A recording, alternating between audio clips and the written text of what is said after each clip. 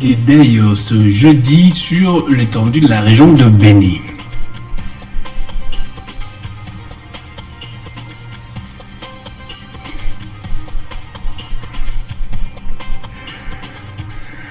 Merci une fois de plus de nous rejoindre. Il repose à jamais au cimetière islamique de Rwangoma à Béni. Le cheikh Djamali Moussa a été inhumé ce mercredi 19 mai sur fond de pleurs. Ce leader musulman a été lâchement battu par balle la soirée de mardi dernier alors qu'il revenait de la mosquée de Mavivi sur l'axe Béni-Ouicha. Djamali Moussa a été également président de la société civile de Mavivi.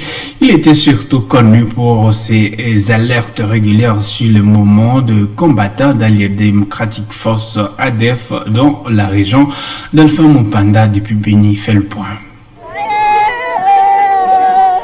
Cheikh Djamali Moussa était tué par balle derrière la mosquée Taoufiki de Mavivi autour de 18h. C'est lorsqu'il voulait s'imprégner de la disparition de ses voisins à Makumo, mais qui habitait à Mavivi, a dit Paluku Almajan, vice-président de la société civile du groupement Batangi Mpaou.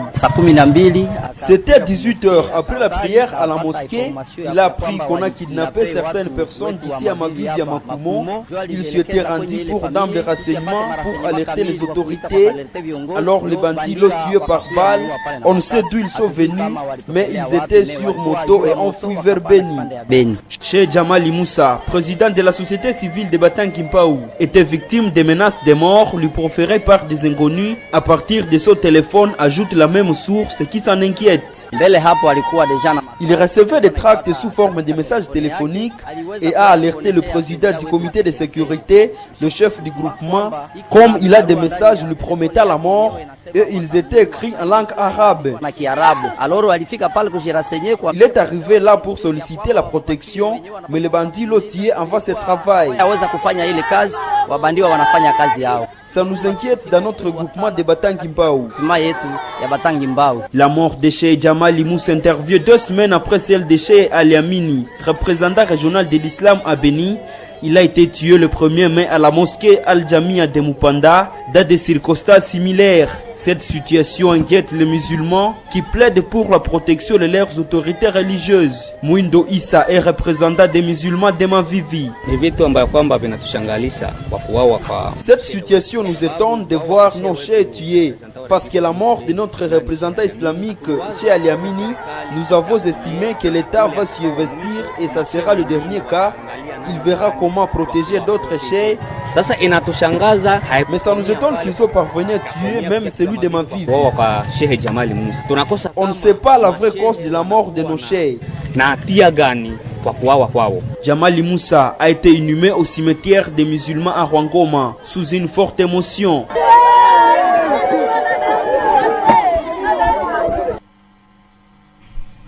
Suite à cet incident, la société civile de Béni vient de décréter une journée de deuil ce jeudi 20 mai sur toute l'étendue de la ville de Béni, mais également sur le territoire en mémoire de leur collègue Cheikh Djamali Moussa. Elle s'inquiète de voir les acteurs de la société civile devenir aujourd'hui une cible des acteurs de la sécurité de cette région.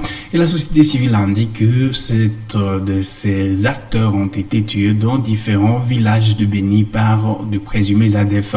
Elle plaide pour la sécurité des acteurs de la société civile. Bravo Mwindo Vukulu a lu la déclaration rendue publique au terme de l'Assemblée générale extraordinaire tenue ce mercredi en ville de Béni. Suivez-le. La coordination alerte les autorités dont la sécurité est entre leurs mains à tous les niveaux et à la communauté de veiller à la sécurité des acteurs de la société civile qui sont devenus des cibles et victimes de cette barbarie. À titre de rappel, l'assassinat de M. Kassamoukoul de Mandumbi, victime d'une justice populaire, M. Piusi Manzikala, tué en secteur de Rwenzori à Loselosi, M. Bongilo Milonde, tué à Masekoude, M. Kambale Kizito, tué sur l'axe Oicha Mamove, M.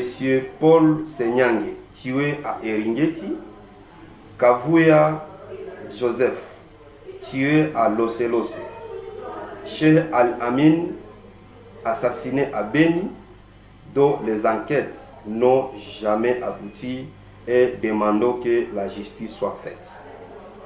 Ainsi donc, en mémoire de notre collègue Jamal Moussa, les coordinations appellent toutes les communautés de Béniville et territoires qui l'ont servi d'observer une journée de deuil ce jeudi 20 mai 2021 en rassurant la population que, malgré ces menaces qui ont comme objectif de nous faire taire, nous poursuivrons la lutte jusqu'à l'obtention de la libération de notre zone des mains des criminels.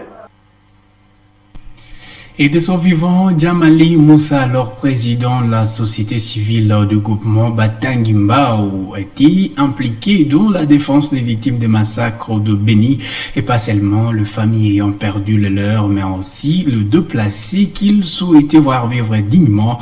Il y a 3 mois, l'illustre disparu accordait une interview à Moto Télévision au terme de la réception de biens et fonds collectifs par la dynamique de femmes pour la bonne gouvernance à Boutembo d'Ifegou. C'était en faveur de déplacés vivant en Mavivi. Djamali Moussa a plaidé alors pour l'assistance en faveur de déplacés qui vivent difficilement en Beni. Hizi nguo zitasaidia wamama wajane ambaye wataendelea kuvaa na watoto mayatima ambao wazazi wamekufa na masakre. Anduka tunasema merci kwa hii kundi ambaye inakumbuka wale wa orphelin de massacre hapa ndani ya mji wa Mavivi. Tunasema merci na tunasema kabisa kazi njema, na tunaomba wafadhili wengine wa moyo safi wakuje waongeze kuweza tena kuzidisha kusaidia tena zaidi, sababu haiko wote ndio waliandikiwa, ni wengi sana, ila wachache fulani wamepata. Tunasema merci sana na vingine mtu wa mapenzi mema kwa yasaidie. C'est le regretté Djamali Moussa. Et dans un autre chapitre, le collectif des femmes journalistes CFJ vient de procéder ce mercredi 19 mai à l'installation d'un point focal du réseau de journalistes en investigation autour des agressions contre les femmes journalistes Regia FJ en sigle. Il aura pour tâche de faire le monitoring des cas de menaces et des agressions contre les femmes journalistes à Boutembo. L'installation de ce réseau intervient dans le cadre du projet pour la protection des femmes journalistes en République démocratique du Congo grâce Kaniki. Les activités d'installation des points focaux du REGIAFJ se sont déroulées ici dans la pelouse de l'hôtel Boutempo. Devant les professionnels des médias, le superviseur du REGIAFJ, Jérémy Kiaswekera, a souligné que ce réseau a pour objectif de contribuer à la protection des femmes journalistes en République démocratique du Congo. Ce projet pour la protection des femmes journalistes qui est justement appuyé par l'UNESCO. Les membres de ces réseaux, c'est-à-dire les points focaux des REGIAFJ, auront pour tâche d'abord de mener des investigations autour des agressions contre les femmes journalistes, ensuite de documenter les cas d'attaque contre les femmes journalistes, mais aussi de remonter régulièrement les alertes et partager les incidents contre les femmes journalistes. Mais ils vont aussi mener des plaidoyers auprès des autorités compétentes locales en cas de nécessité, et aussi produire des articles d'enquête, d'investigation autour des agressions contre les journalistes dans leurs entités respectives. Ce réseau est composé de 5 membres, à savoir Muhindo Vitaba Didi, Hilda Mwenge Mpenda, Joël Kasseso, Kalondero Bernadette et Claudine Moulengia. Ces membres ont suivi un atelier de formation de 2 jours sur les thèmes journalisme et d'investigation, le monitoring, les techniques de plaidoyer et la sécurité des femmes journalistes. Présente à cette cérémonie, Madame Dibi Odile Mabanza, chargée du genre famille et enfants à Ville de Boutempo, a plaidé pour la prise en charge psychosociale de la victime en cas d'une éventuelle agression. On doit d'abord identifier les problèmes, donc les cas d'alerte qui ont été vécus. On analyse. Avant d'analyser, il faut d'abord faire la prise à charge psychosociale. Puisque une survivante qui vous est arrivée, avant d'analyser ce problème, vous n'allez pas dire directement « Ah, moi je veux faire ceci ». Non. Vous allez d'abord la soulager. pole basi yenye likufikia, je ne sais pas de ceci de cela. Et puis maintenant vous allez le ramener, donc la ramener elle-même à prendre des décisions sur le fait qu'il lui est arrivé. Le réseau des journalistes d'investigation autour des agressions contre les femmes journalistes, REGIAFJ, est une initiative du collectif des femmes journalistes CFJ, appuyée par l'UNESCO dans le cadre du projet pour la protection des femmes journalistes en République démocratique du Congo. Et 7 jours après le lancement officiel de la vaccination contre la COVID-19 de la ville de Butembo, certains centres retenus n'ont pas encore débuté avec l'administration de ce vaccin. C'est le cas du centre hospitalier de la Sainte Famille de Mukuna où aucun volontaire ne s'est jusqu'à présenté. Le responsable de ces centres encourage les habitants à venir recevoir le vaccin pour se prémunir contre la COVID-19. Isabelle Wangaimuka. Cette salle a été aménagée pour accueillir les activités de vaccination contre la COVID-19. Mais depuis le lancement de la vaccination, il y a une semaine, Viviane et son équipe n'ont reçu aucun volontaire prêt à recevoir les vaccins d'AstraZeneca. Aujourd'hui, le centre hospitalier de la Sainte Famille de Mukuna, l'un des sites retenus pour la vaccination, a suspendu l'activité en attendant la sensibilisation des volontaires. Ici chez nous, nous avons commencé les activités. Nous sommes en train de sensibiliser les gens. Et jusque-là, nous n'avons pas encore eu plus de 10 personnes qui ont accepté d'être vaccinées.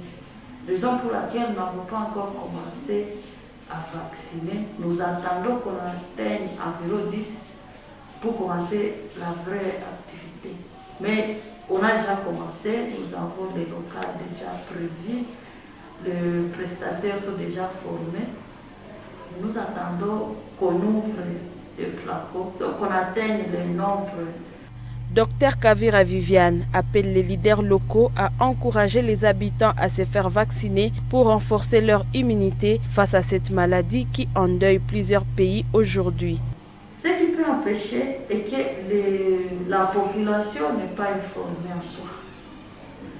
Donc, il faut que les leaders de la contrée puissent nous aider à faire passer le message. Parce que jusque-là, sur la liste, nous avons seulement le prestataire qui ont accepté de se faire vacciner. C'est le 13 mai dernier que la vaccination contre la COVID-19 a été lancée en ville de Butembo. Bien qu'un ces vaccins soit administré aux adultes et spécifiquement aux personnes âgées de plus de 55 ans, il reste volontaire. Et puis c'est jackpot pour le pays africain, 100 milliards de dollars américains au profit des économies africaines. C'est le premier résultat du New Deal entre l'Afrique et ses partenaires traditionnels. L'annonce a été faite mardi 18 mai par le président Emmanuel Macron, initiateur de 6 sommets au cours de la conférence de presse de la clôture qu'il a co-animé avec le président et le vice-président de l'Union africaine Félix Antoine Tshisekedi et Macky Sall, ainsi que la directrice générale du FMI, Georgiovia, suivait ce reportage de la presse présidentielle. La pandémie de Covid-19 n'est pas encore totalement éradiquée, mais ses effets sont déjà très néfastes pour l'humanité. Contrairement aux autres continents dont les dégâts sont essentiellement humains, l'Afrique a vu son économie s'effondrer en une année. Voilà pourquoi, à l'initiative de la France, les dirigeants africains et ceux des organisations économiques internationales se sont retrouvés à Paris pour mobiliser des fonds dans l'objectif de sauver les économies africaines.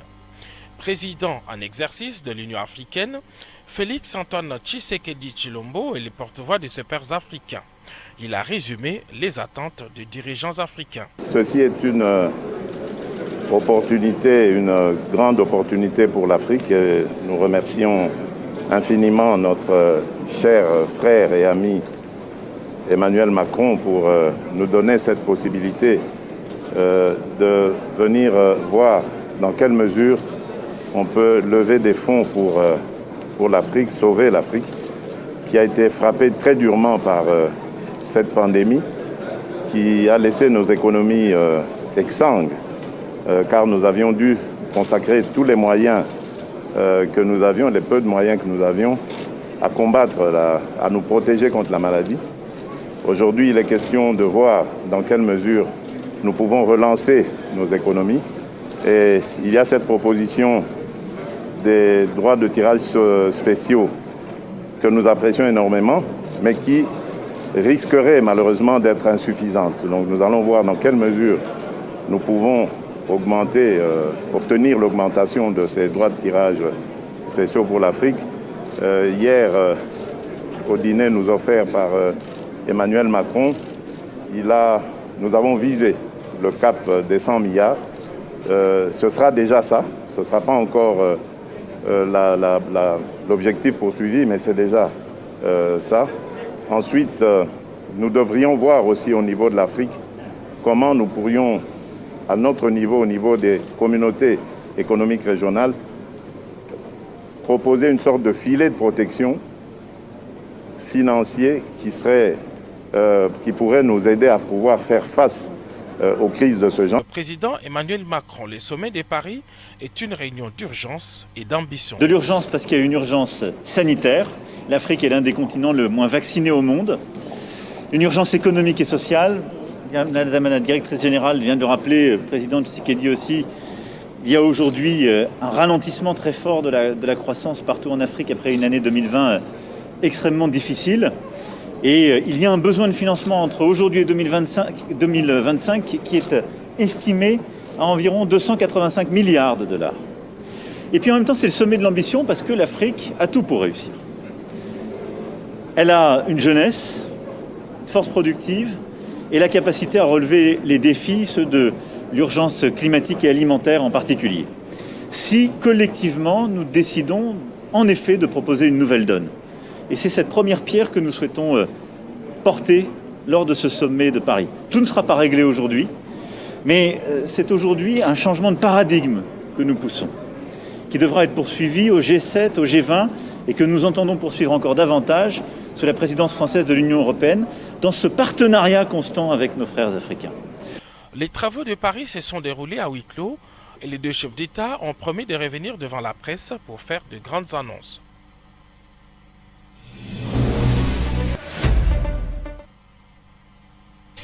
Et on boucle par ces quelques notes de sport avec l'AS Nyoki de Butembo qui a perdu ce mercredi 19 mai face à l'AS Nika de Kisangani au stade de l'Unity d'Igoma. C'était dans le cadre de la 6e journée de play-off de la Linafoot Division 2 zone Est. Les abeilles de Butembo ont perdu donc sur la marque de 2 buts contre 3 pour le Boyomé, perdant ainsi leur 3e place au profit de leur bourreau du jour. Et cette journée a été aussi marquée par la qualification de l'AS Kabasha d'Igoma à la première division de la Linafoot. L'AS Kabasha venait donc de gagner les FC Étoiles d'Ikivu par 2 buts à 1. Les locaux de Goma ont ainsi effectué un parcours sans faute de 21 points sur le 21 possible. Voilà tout pour cette édition du journal. Merci à vous tous de nous avoir suivis. On se retrouve très prochainement.